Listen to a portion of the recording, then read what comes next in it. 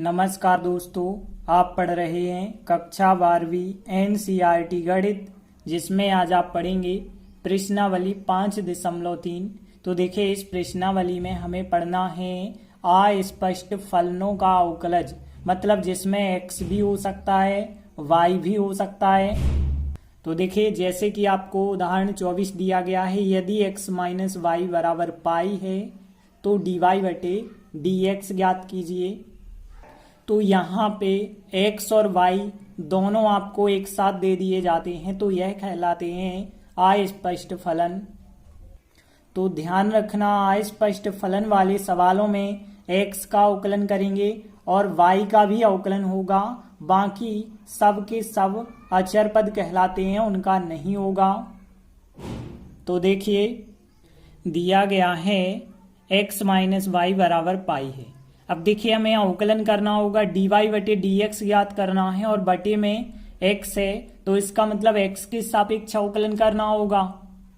तो देखिए, x के सापेक्ष अवकलन करने पर x का करेंगे, तो देखिए x के सापेक्ष कर रहे हैं तो हमने लिखा d/dx, x का करेंगे हम, फिर लिखा हमने d/dx, y का अवकलन करेंगे, फिर हमने लिखा d/dx, पाई का अवकलन करेंगे।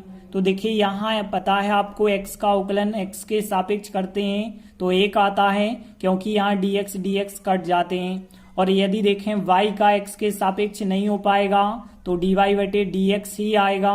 और देखिए, किसी भी अचर पद का अवकलन करेंगे यदि आप, तो क्या आता है अचर पद का अवकलन 0। देखिए, आप ऐसा भी आप लिख सकते हैं, dy/dx माइनस का है और 1 उस तरफ जाएगा तो वो भी माइनस का हो जाएगा। माइनस माइनस दोनों साइड से यदि आप काट देंगे तो dy/dx बराबर 1 प्राप्त हो जाएगा। यही हमारा आंसर होगा। तो इस प्रकार से 24वां उदाहरण कंप्लीट हुआ।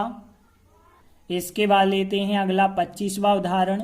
यदि y प्लस साइन वाई बराबर कॉस x है तो dy/dx ज्ञात कीजिए, मतलब हमें x के सापेक्ष अवकलन करना होगा।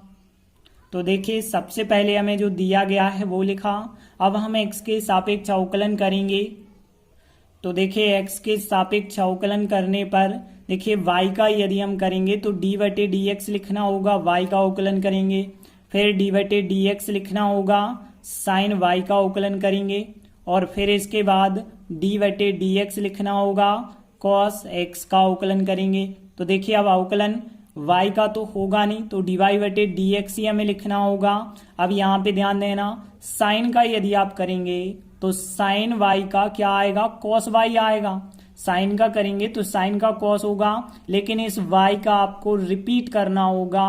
तो देखिए, y का जब आप रिपीट करेंगे तो d/dx, y का रिपीट करेंगे तो dy/dx बन जाएगा। फिर वहां पे बराबर, यदि हम देखें तो cos का माइनस का साइन x हो जाएगा अवकलन। देखिए, x का रिपीट करने की आवश्यकता नहीं है, क्योंकि x का 1 होता है, y का हमें रिपीट करना होगा। ध्यान देना, x के सापेक्ष अवकलन कर रहे हैं तो x का रिपीट करने की आवश्यकता नहीं है, लेकिन यहाँ y को रिपीट करना होगा, क्योंकि y के सापेक्ष नहीं अवकलन किया गया है। तो इस प्रकार से आएगा। अब देखिए, हमें तो dy/dx का मान चाहिए, तो यहाँ भी dy/dx दोनों जगह है, तो आप कॉमन ले सकते हैं dy/dx को।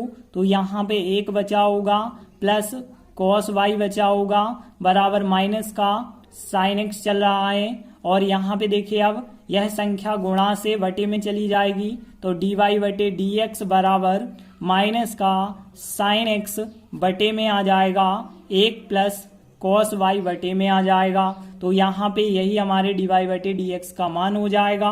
जहाँ पे आप बता भी सकते हैं कि यहाँ जो नीचे की संख्या है इसका मान 0 नहीं होगा, तो हम लिख देते हैं 1 प्लस cos y का मान 0 के बराबर नहीं होना चाहिए, क्योंकि यदि यह 0 हो गया तो अनंत बन जाएगा, और यदि इसका मान 0 नहीं होगा तो कब नहीं हो सकता है। तो देखिए, इसके लिए आप ऐसा कर सकते हैं, यहाँ पे cos y 1 plus cos y 0 नहीं होना चाहिए। देखिए, यदि 1 का पक्षांतर कर दें तो -1, तो cos y का मान -1 नहीं होना चाहिए। अब -1 कहाँ कहाँ पे होता है, 180 पे होता है।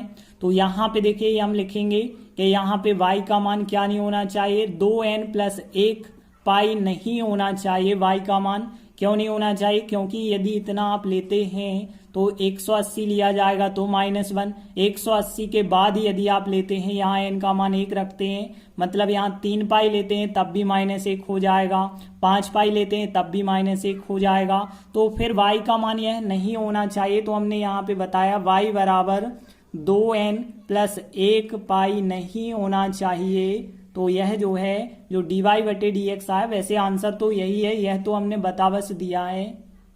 तो इस प्रकार से उदाहरण 25 भी कंप्लीट हुआ। इसके बाद देखिए अगला उदाहरण 26, fx बराबर sin इनवर्स x का अवकलज ज्ञात करना है और यह मान लीजिए कि इसका अस्तित्व है, मतलब इसका अवकलन निकाला जा सकता है।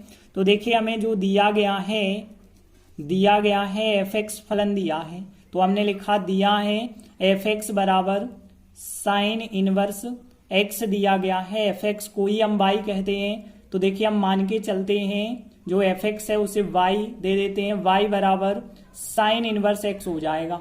और देखिए यहाँ पे साइन को यदि आप इस तरफ लाएंगे तो यहाँ पे इस टाइप से हो जाएगा, साइन y बराबर क्या हो जाएगा, x हो जाएगा। साइन इनवर्स है इस तरफ आएगा तो साइन बन जाएगा, तो साइन y बराबर क्या हो जाएगा, x। अब देखिए हमें अवकलन करना है और सवाल x के रूप में था तो x के सापेक्ष अवकलन करना होगा। तो x के सापेक्ष अवकलन करने पर तो देखिए d/dx साइन y का भी हमें अवकलन करना होगा और यहाँ पे d/dx x का भी हमें अवकलन करना होगा। तो देखिए साइन का अवकलन तो आपको पता है cos होता है, तो cos y हो जाएगा y का, लेकिन आपको रिपीट करना होगा। तो dy/dx x का अवकलन करेंगे तो कितना हो जाएगा, 1 हो जाएगा। और आगे यदि ध्यान दें तो dy/dx बराबर क्या आएगा, 1 cos y, यहाँ पे बटे में आ जाएंगे। तो देखिए जैसे यहाँ पे dy/dx आया है 1/cos y। तो देखिए वैसे आंसर तो यही था, लेकिन आप देख पा रहे हो सवाल x में था तो आंसर y में थोड़ी आप बता सकते हैं। इसे भी हम x के रूप में चेंज करेंगे। तो देखिए यहाँ पे यदि आप देख पा रहे हो साइन y बराबर है x, यहाँ पे तो cos y है तो यहाँ पे हम साइन y के रूप में से चेंज कर सकते हैं। तो देखिए यदि आपको सर्व समीका पता हो, साइन वर्ग y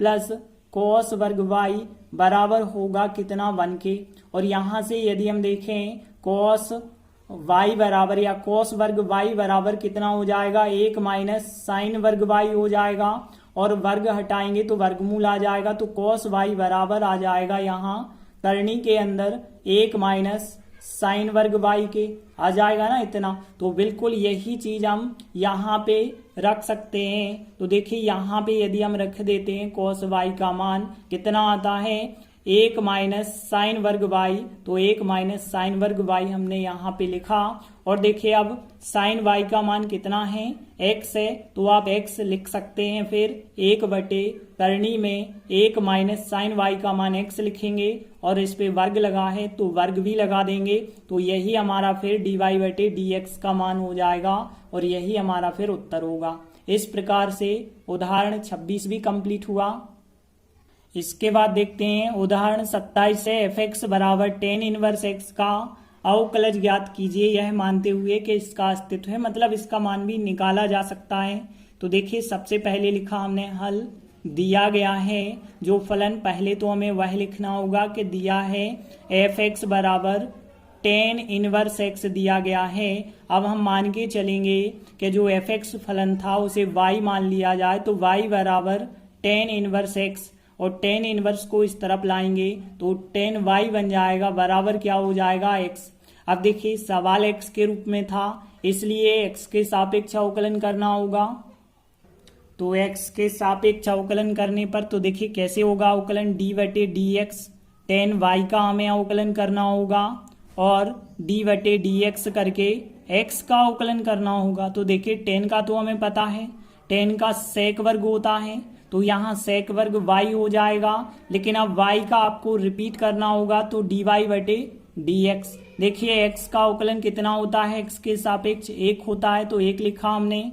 अब ध्यान देना dy/dx बराबर क्या हो जाएगा, 1 sec वर्ग यहाँ पे बटे में आ जाएगा तो sec वर्ग y हो जाएगा। अब ध्यान देना, इतना तो आंसर हम बता नहीं सकते y के रूप में, हमें x के रूप में बदलना होगा। तो x के रूप में कैसे बदल पाएंगे, x बराबर 10y है, मतलब हमें इसे 10 में चेंज करना होगा। तो देखिए आपको पता है 1 + tan वर्ग थीटा बराबर sec वर्ग थीटा फार्मूला होता है। तो देखिए 1 + tan वर्ग y बराबर sec वर्ग y होगा। तो देखिए यहाँ पे sec वर्ग y के स्थान पे आप 1 + tan वर्ग y लिख सकते हैं, और इसके बाद यदि आप देखें तो यहाँ पे tan y को आप x लिख सकते हैं। तो यहाँ पे जब tan वर्ग है तो यहाँ पे आ जाएगा 1/1 + tan y, मतलब यहाँ पे x है लेकिन यहाँ वर्ग है, तो यहाँ भी आप वर्ग लिख दीजिए। तो 1/1 + x वर्ग हो जाएगा dy/dx का मान। तो इस प्रकार से tan इनवर्स x का अवकलन हमें ज्ञात हो जाता है। इस प्रकार उदाहरण 27 भी कंप्लीट हुआ। धन्यवाद।